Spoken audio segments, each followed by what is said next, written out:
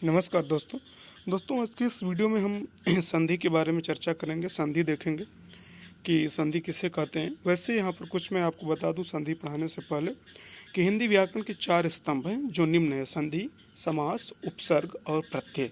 ये 4 जो हैं वो हिंदी व्याकरण के स्तंभ हैं। इन्हीं पर पूरा हिंदी व्याकरण टिका है और ये बहुत ही महत्वपूर्ण भूमिका निभाते हैं हिंदी व्याकरण के अंतर्गत। अगर इन 4 पर जिस व्यक्ति का कमांड हो गया वो मान के चलिए कि आधे से अधिक व्याकरण उसने पढ़ लिया, ये फैक्ट है। ठीक है, तो ये प्रमुख स्तंभ हैं हिंदी व्याकरण के। तो यहाँ पर सबसे पहले हम संधि पर चर्चा करेंगे। संधि शब्द संस्कृत भाषा का शब्द है जिसका निर्माण निम्न प्रकार से हुआ है। संधि में सम उपसर्ग है, धा धातु है और की प्रत्यय है। तो सम उपसर्ग, धा धातु और क्री प्रत्यय से मिलकर बना है संधि। संधि को संस्कृत में पुल्लिंग माना गया है तथा हिंदी में स्त्रीलिंग माना गया है। संधि का शाब्दिक अर्थ मेल, समझौता, निकटता, संहिता आदि। व्याकरण का मूल आधार जो है वो संधि है। संधि का संधि विच्छेद होगा समधंधी बराबर संधि। समधंधी का जो अर्थ है अलग अलग। सम का अर्थ है अच्छी तरह और धी का अर्थ है मिलना, यानी अच्छी तरह मिलना ही क्या है, संधि है। परिभाषा: दो वर्णों के मेल से होने वाले विकार या परिवर्तन को हम संधि कहते हैं। परिवर्तन न होने पर संयोग होता है। अगर मान लीजिए दो वर्ण आपस में मिलते हैं और उनके मिलने से कोई विकार उत्पन्न नहीं हो रहा है, कोई परिवर्तन नहीं हो रहा है, तो वहाँ पर क्या होगा, वहाँ पे संयोग होगा, फिर वहाँ पे संधि नहीं होगी। ठीक है। हिंदी में अगर स्वरों की संख्या हो तो 11 है, मात्राएं कितनी हैं, वो 10 हैं। ठीक है, क्यों? क्योंकि इसमें अ स्वर जो है अ की कोई मात्रा नहीं होती। ठीक है। उसके बाद देखिए स्वर: आदि स्वर, प्रारंभिक स्वर, ह्रस्व स्वर, मूल स्वर और लघु स्वर।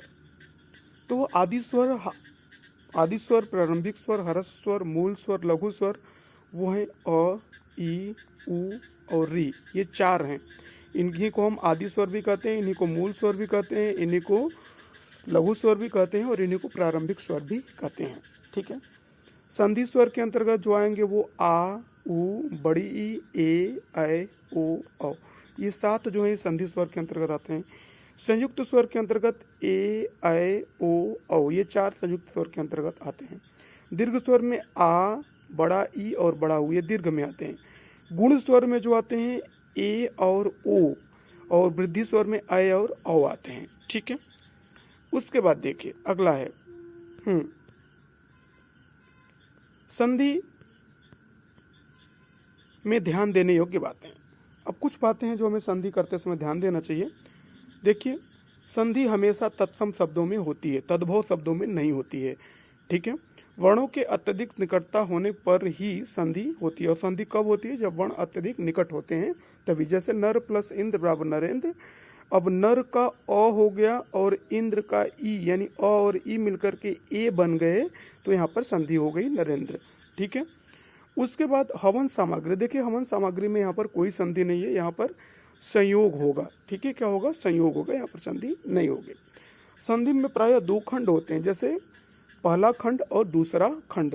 पहला खंड को पूर्व खंड भी आप कह सकते हैं, दूसरा खंड को उत्तर खंड भी बोल सकते हैं। अब इसमें देखिए मैं इसको बता रहा हूँ कैसे यहाँ पर संधि हो रही है। जैसे नर का अ निकाल दिया और इंद्र का ई निकाल दिया, अ और ई मिलकर क्या बन गए? ए बन गए, यानी अ और ई के मिलने से जो परिवर्तन हुआ वो ए का परिवर्तन हुआ, इसलिए यहाँ पर ये कौन सी संधि हुई? ये हाँ, तो यहाँ पर क्या हो गई? यहाँ पे ये गुण संधि हो रही है। ठीक है, नरेंद्र। ठीक है। उसके बाद देखिए संधि हमेशा दो सार्थक खंडों में होती है। अब हम आते हैं कि संधि के प्रकार। अब संधि देखिए, ये संधि से संबंधित कुछ बातें थी महत्वपूर्ण जो हमने आपको बताई। अब संधि के प्रकार। संधि 3 प्रकार की होती है: स्वर संधि, स्वर संधि, व्यंजन संधि और विसर्ग संधि। ठीक है।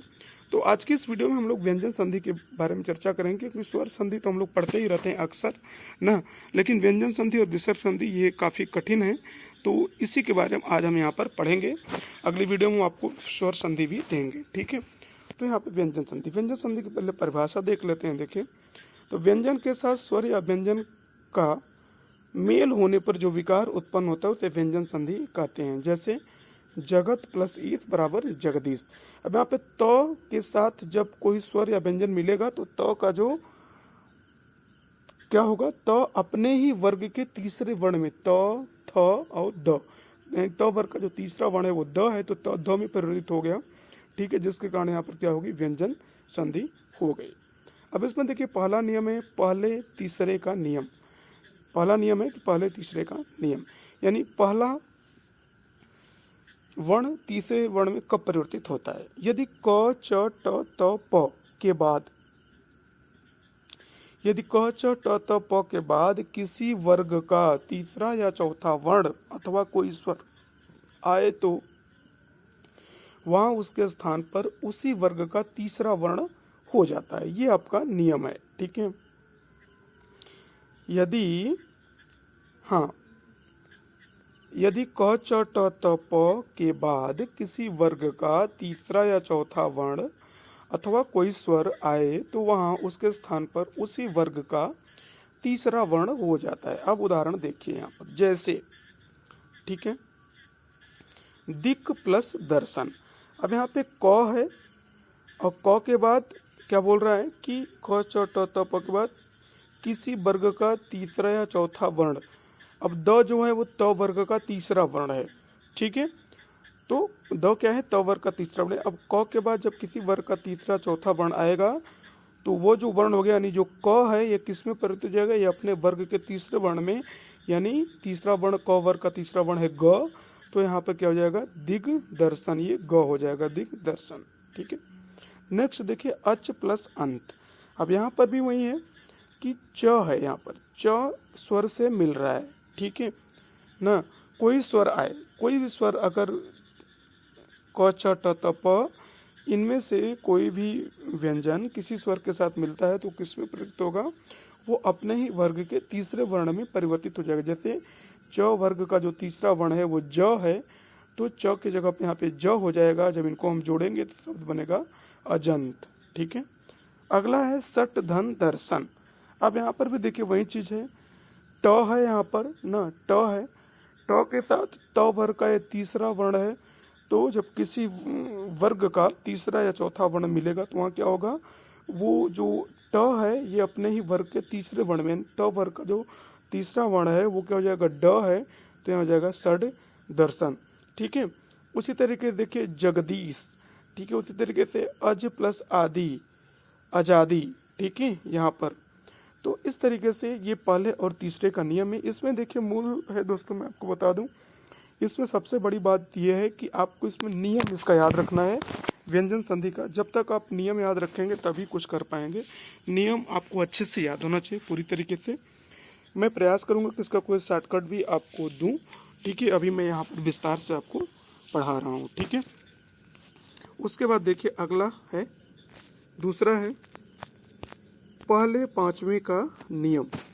यदि किसी वर्ग के पहले या तीसरे व्यंजन के बाद कोई नासिक के व्यंजन हो तो वहाँ अपने ही वर्ग के नासिक के व्यंजन के रूप में परिवर्तित हो जाते हैं। जैसे देखिए अब यहाँ पर वाक है, तो वाक में म जो है वो क्या है, अंग य ड न म, ये पंचमाक्षर होते हैं, इनको पंचमाक्षर कहा जाता है। तो म जो है ये पंचमाक्षर है ना। म जो है नासिक के वर्ण है, यानी क के बाद यहाँ पे म आ गया तो ये क अपने ही वर्ग के पांचवें वर्ण में बदल जाएगा, यानी क वर्ग का जो पांचवा वर्ण है वो अंग है और हो गया वांग्मय, नासिक के व्यंजन के रूप में ना। तो अंग नासिक के व्यंजन भी है और क वर्ग का पांचवा व्यंजन भी अंग है, ठीक है। उसी तरीके से तत् प्लस मय।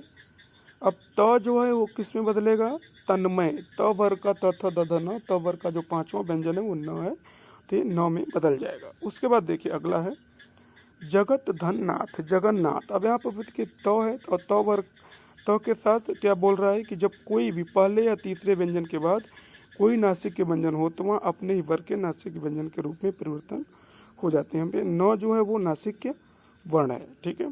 तो त के साथ जब न मिला तो यहाँ पर भी जो बनेगा वो नासिक के वर्ण में ही परिवर्तन होगा, ठीक है। अपने ही वर्ग का जो, तो त वर्ग का जो नासिक के व्यंजन है वो न है, तो यहाँ जगन्नाथ हो जाएगा। उसी तरीके से है षटमास, तो षडमास हो जाएगा, ठीक है। अगला देखिए त संबंधी नियम। त संबंधी नियम में क्या है कि यदि त के बाद च छ आए तो च हो जाता है, ज झ आए तो ज हो जाता है, ट ठ आए तो ट हो जाता है, ढ़ हो तो ड हो जाता है, यानी डढ़ हो तो ड हो जाता है, तथा श होने पर चच हो जाता है, और ह होने पर दध हो जाता है, और ल होने पर ल ही रहता है। ठीक है, तो यहाँ देखिए, जैसे उत प्लस लास, उत प्लस लास। अब यहाँ पे त है, त के बाद ल आ गया, तो त के बाद ल आ गया तो किसमें परिवर्तित होगा, तो त के बाद अगर ल आए तो ये अपने ल ही रहता है, इसमें कोई परिवर्तन नहीं होता, तो यह क्या हो जाएगा, उल्लास। ठीक है, जैसा कि नियम आपने भी ऊपर पढ़ा हुआ है। अगला है, देखिए सत प्लस चरित्र। अब यहाँ पर जब त के साथ च मिलेगा तो किसमें परिवर्तित होगा, ये च में परिवर्तित होगा, यानी त के बाद अगर च या छ आए तो किसमें परिवर्तित होगा, च में परिवर्तित हो जाएगा। उसी तरीके से अगला है विपत प्लस जाल। और अगर त के बाद ज या झ आए तो किसमें परिवर्तित होगा, तो ज में होगा, तो यहाँ हो जाएगा विपत जाल, इसलिए। और त के बाद अगर श आए तो किसमें परिवर्तित होगा, त के बाद अगर श आए तो वो चच में हो जाता है, तो सत प्लस शास्त्र बराबर सच्चा सच्चा सच्छास्त्र। ठीक है, सच्छास्त्र हो जाएगा। और पत धन हति, और पत के बाद त के बाद अगर ह आता है तो किसमें होगा, दध में हो जाएगा, तो यहाँ हो जाएगा पद्धति। ठीक है, तो उम्मीद करते हैं आपको समझ में आ रहा होगा। ये नियम अगर आप याद कर लेते हैं तो ये सारी चीज़ें आपको बहुत आसानी से समझ में आ जाएंगी। ठीक है, वीडियो अच्छी लगे तो लाइक करें, अपने दोस्तों में शेयर करें, चैनल पर नए हैं तो चैनल को सब्सक्राइब करना ना भूलें। छ देखिए, छ संबंधी नियम। किसी स्वर के बाद छ आए तो उससे पूर्व च वर्ण जुड़ जाता है, जैसे वि धन छेद बराबर विच्छेद। अब यहाँ पे किसी स्वर, यानी स्वर क्या है, ई है, ई स्वर है यहाँ पर, और इसके बाद क्या आ रहा है, छ आ रहा है, तो ई के बाद जब छ आएगा तो क्या होगा, हाँ, किसी स्वर के बाद अगर छ आता है तो छ से पहले ये च जुड़ गया, देखिए तो क्या हो गया, विच्छेद। उसके बाद अगला उसी तरीके से आ प्लस छादन, आ प्लस छादन, आ प्लस छादन। यहाँ आ स्वर है, आ के बाद छा है, तो इससे पहले क्या जुड़ेगा, च जुड़ जाएगा और हो जाएगा आच्छादन। उसके बाद जैसे स्वधन छंद, तो अब यहाँ पर भी देखिए अ है, व में अ है, अ के बाद जब छ है तो स्वच्छंद हो जाएगा। वृक्ष धन छाया, तो यहाँ पर भी देखिए छ में वृक्ष में अ है, अ के बाद जब छ मिला तो इसमें भी आधा च जुड़ जाएगा और हो जाएगा वृक्षाया। ठीक है, उसके बाद देखिए अगला है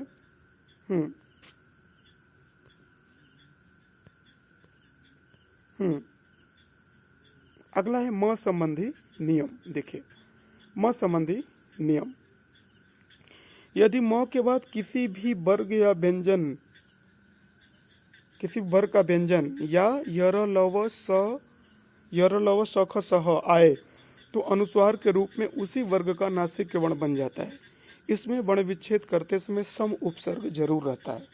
ठीक है, क्लियर। एक बार थोड़ा सा देख लेते हैं दोस्तों, कुछ छूटा तो नहीं है। छ संबंधी नियम के बाद म संबंधी नियम, ओके। ठीक है, तो यहाँ पर हम लोग चल रहे थे कि यदि म के बाद किसी भी वर्ग का व्यंजन आए या यर लव सख सह आए तो अनुस्वार के रूप में उसी वर्ग का नासिक वर्ण बन जाता है। इसमें वर्ण विच्छेद करते समय सम उपसर्ग जरूर रहता है। उदाहरण हम देखेंगे कैसे। देखिए जैसे सम धन गत बराबर संगत। अब यहाँ पर क्या है कि अब नियम क्या है कि नियम है कि यदि म के बाद किसी भी वर्ग का व्यंजन आता है तो म के बाद देखिए ये ग जो है वो क वर्ग का व्यंजन है, और म के साथ जब ये ग जुड़ा तो ये किसमें परिवर्तित हो गया, अनुस्वार के रूप में, ऊपर एक बिंदी लग गई तो संगत हो गया। ठीक है, सम धन बंद बराबर संबंध। उसी तरीके से सम के बाद यहाँ पर देखिए क वर्ग है, ये क वर्ग का पहला व्यंजन है, क है, और म के साथ जब क जुड़ा तो ये अनुस्वार के रूप में परिवर्तित हो गया और हो गया संकल्प। उसी तरीके सम धन मति सम्मति, उसी तरीके सम धन रचना संरचना, सम धन हार समहार, यानी यहाँ पर सम उपसर्ग आपको जरूर देखने के लिए मिलेगा। ठीक है, तो ये आपका क्या हो गया, म संबंधी नियम। नेक्स्ट है न के स्थान पर ड़ का होना। न के स्थान पर ड़ का होना, देखिए इसका नियम क्या है, यदि री र और स षटकोण का स के बाद अगर न व्यंजन आए तो उसके स्थान पर ड़ हो जाता है। जैसे परिधनमान बराबर परिमाण। अब यहाँ पर देखिए री है, री के बाद ये म आ गया। ठीक है, री के बाद क्या आ गया, री र स के बाद न व्यंजन है न, तो यहाँ पे री है, री के बाद यहाँ पर देखिए न आया हुआ है। ठीक है, न आया हुआ है तो ये न किस में बदलेगा, ड़ में बदल जाएगा। ठीक है, किस में, परिमाण, तो माँ न की जगह पे क्या हो जाएगा, ड़ हो जाएगा, तो हो जाएगा परिणाम। ठीक है, ठीक है, परिमाण, परिमाण हो जाएगा, सॉरी परिणाम नहीं होगा, परिमाण होगा, ये हो जाएगा परिमाण ना, परिमाण। ठीक है, ये आपका होगा, थोड़ी सी मैं आपको बता दूं, यहाँ पर परिमाण, परिमाण हो जाएगा। ठीक है, परिमाण है तो परिमाण हो जाएगा, परिणाम हमने लिख दिया बाई मिस्टेक से हो गया है, तो परिमाण हो जाएगा। ठीक है, उसके बाद हर प्लस न, अब र के बाद न आ गया तो न किस में बदल जाएगा, ड़ में, हरण हो जाएगा। त्रिश धन ना बराबर तृष्णा, न किस में बदल गया, ड़ में बदल गया। शोष धन अ बराबर शोषण, न यहाँ पर किस में बदल गया, ड़ में बदल गया। विष धनु बराबर विष्णु, न यहाँ पर किस में बदल गया, ड़ में बदल गया। ठीक है, तो इस तरीके से इसमें परिवर्तन होते हैं मित्रों। उसके बाद देखिए स का स में परिवर्तन, यदि स से पहले अ आ को छोड़कर कोई भी स्वर आए तो वहाँ स का स हो जाता है। जैसे अभिधन से, अब यहाँ पर देखिए यदि स से पहले अ आ को छोड़कर, अभी स है, अभी स से पहले कौन सा अ आ नहीं आया है बल्कि छोटी ई की मात्रा आई है, तो ये स्वर आया है। अब ये स्वर जब इस स से पहले आएगा तो ये जो स है किसमें परिवर्तित होगा, इस षटकोण वाले स में, और क्या बनेगा, अभिषेक। निधन सेद बराबर निषेध, उसी तरीके से इसमें भी छोटी की मात्रा लगी है। विधन सम विषम हो जाएगा, यानी जब व में छोटी की मात्रा लगे, छोटी की मात्रा से जब ये स जुड़ेगा तो किस में परिवर्तित हो जाएगा, षटकोण के स में, और क्या हो जाएगा, विषम। तो दोस्तों आज के लिए इतना, उम्मीद करते हैं आपको समझ में आया होगा। मिलते हैं अगली वीडियो में। जय हिंद, जय भारत।